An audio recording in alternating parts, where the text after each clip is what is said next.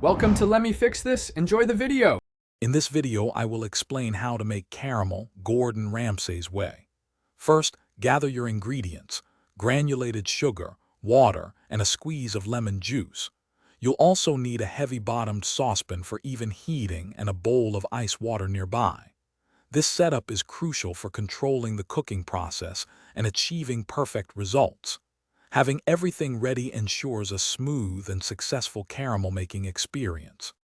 Combine 1 cup of granulated sugar with 1/4 cup of water in your saucepan. Stir gently until the sugar dissolves completely. Place the pan over medium-high heat.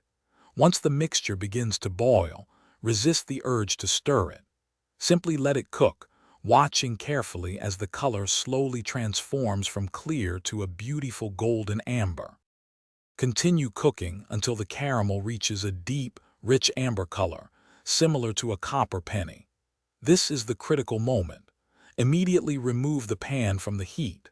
To stop the cooking process instantly, carefully dip the bottom of the hot pan into your prepared bowl of ice water for a few seconds. This prevents the caramel from burning and becoming bitter. Once the cooking is halted, you can enhance the flavor. Stir in a small knob of unsalted butter and a tiny pinch of sea salt. Mix gently until the butter is fully melted and incorporated, creating a smooth, glossy caramel.